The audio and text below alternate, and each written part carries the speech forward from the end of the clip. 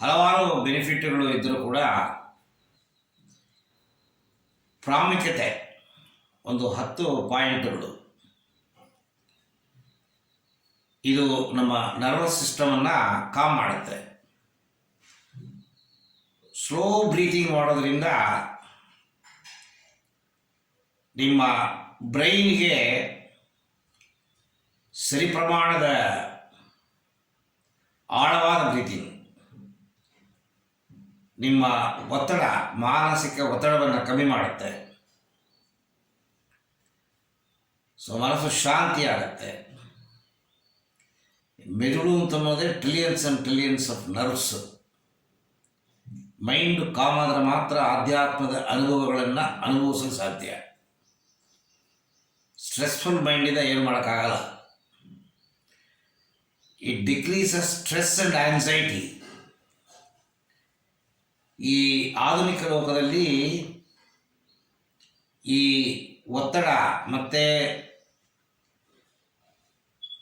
Anxiety ಇದು ಎರಡೂ ಕೂಡ ಕಾಮನ್. ಇದು ನೀವು ಪ್ರಾಣಾಯಾಮ ಮಾಡಿದಾಗ ಇವೆರಡೂ ಕಡಿಮೆ ಆಗುತ್ತೆ.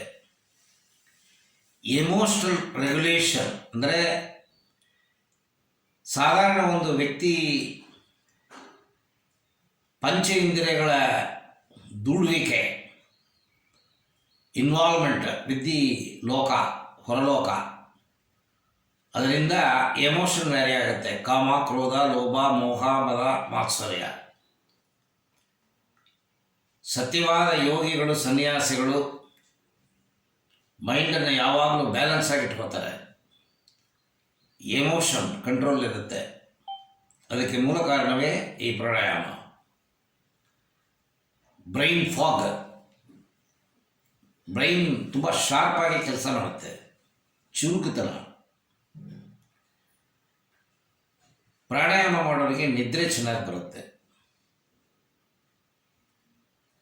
ಮೈಂಡನ್ನು ಕಾಮ್ ಮಾಡೋದ್ರಿಂದ ಮೈಂಡ್ ಕಾಮ್ ಆದರೆ ಮಾತ್ರ ನಿದ್ರೆ. ಅಲ್ಫಾ ಸ್ಥಿತಿ ಅಂತನ್ನೋದೇ ಆಲೋಚನೆ ಇಲ್ಲದೇ ಇರೋ ಸ್ಥಿತಿ. ಅದನ್ನು ಮುಟ್ಟಬೇಕು ಅಂದರೆ ಪ್ರಾಣಾಯಾಮ ರೆಗ್ಯುಲರಾಗಿ ಅಭ್ಯಾಸ ಮಾಡಿದ್ರೆ ನಿದ್ರೆ ತೊಂದರೆನೇ ಬರೋದಿಲ್ಲ. ಇದು ಮೆಂಟಲ್ ಲೆವೆಲ್. ಫಿಸಿಕಲ್ ಲೆವೆಲ್ಲಿ ನಿಮ್ಮ ಲಂಗ್ ಕೆಪಾಸಿಟಿ ಜಾಸ್ತಿ ಆಗುತ್ತೆ.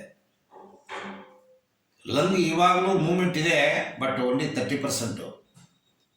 100% ಲಂಗ್ ಮೂಮೆಂಟು ವರ್ಕ್ ಆಗಬೇಕು ಅಂತಂದರೆ ಪ್ರಾಣಾಯಾಮ ಮಾಡಬೇಕು. ಹೊಟ್ಟೆ ತುಂಬ ಊಟ ಮಾಡ್ದಂಗೆ ಎದೆ ತುಂಬ ಗಾಳಿ ತಗೋಬೇಕು. ಆವಾಗಲೇ ಸೆಲ್ಲುಗಳಿಗೆ ಸರಿಯಾದ ಊಟ. ನಿಮ್ಮ ಹೃದಯದ ಆರೋಗ್ಯವನ್ನು ಕಾಪಾಡುತ್ತೆ.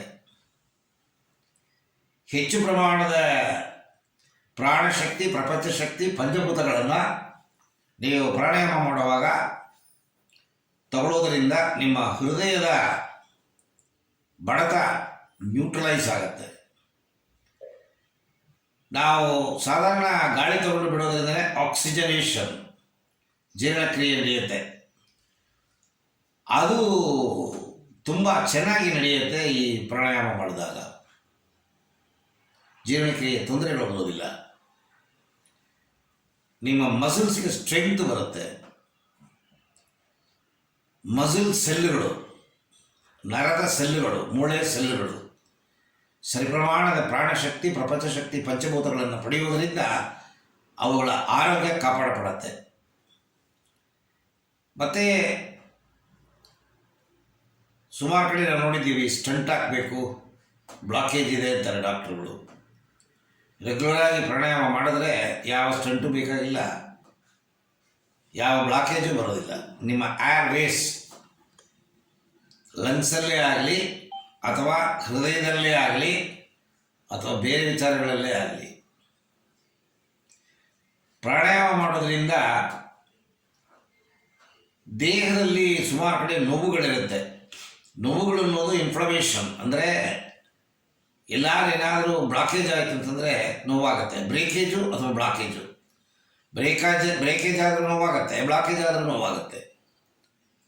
ಅವುಗಳನ್ನು ಈ ಪ್ರಾಣಾಯಾಮ ವೈಬ್ರೆಂಟಾಗಿ, ಡೈನಮಿಕ್ ಆಗಿ ಮಾಡಿದಾಗ ನಿಮ್ಮ ಏರ್ ವೇಸ್ ಕ್ಲಿಯರಾಗಿ ನೋವುಗಳೆಲ್ಲ ಹಾರೋಗುತ್ತೆ.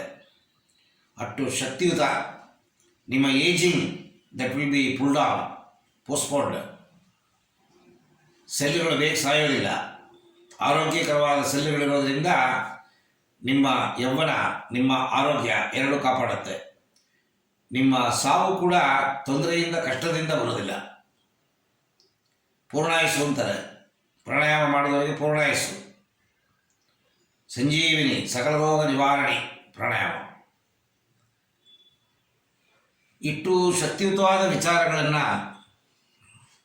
ಈ ಪ್ರಾಣಾಯಾಮ ನಮಗೆ ಕೊಡೋದ್ರಿಂದ ಇದನ್ನು ದಿನನಿತ್ಯ ಒಂದು 15-20 ನಿಮಿಷ, ಮಿನಿಮಮ್ ಒಂದು 10 to 15 ಮಿನಿಟ್ಸ್ ಅಭ್ಯಾಸ ಮಾಡಿಬಿಟ್ರೆ ನಿಮ್ಮ ದಿನನಿತ್ಯ ಚಟುವಟಿಕೆ, ಕ್ವಾಲಿಟೇಟಿವ್ ಆ್ಯಂಡ್ ಪ್ರೊಡಕ್ಟಿವಿಟಿ ಇಂಪ್ರೂವ್ ಆಗುತ್ತೆ. ಕ್ವಾಲಿಟೇಟಿವ್ ಆಗಿರುತ್ತೆ, ಪ್ರೊಡಕ್ಟಿವಿಟಿ ಇರುತ್ತೆ. ಸೊ ನಿಮಗೆ ಮನಸ್ಸಿಗೆ ತೃಪ್ತಿ ಸಿಗುತ್ತೆ, ಆನಂದ. ಇಂಟರ್ಪರ್ಸನಲ್ ರಿಲೇಷನ್ಶಿಪ್, ಎಮೋಷನ್ ಕಂಟ್ರೋಲ್ ಆಗೋದ್ರಿಂದ ಜಗಳ ಬಂದಾಗ ನಾವು ಮೌನವಾಗಿರ್ತೀವಿ, ನಮ್ಮನ್ನು ಬೈಯುವಾಗ ಇಂಟ್ರ್ಯಾಕ್ಟ್ ಮಾಡೋದಿಲ್ಲ. ಸೊ ಈ ಥರದ್ದು ಸುಮಾರು ಬೆನಿಫಿಟ್ಗಳಿದೆ, ಹೇಳ್ತಾ ಹೋದರೆ ಬೇಕಾದ್ರೆ ಹೇಳ್ಬೋದು.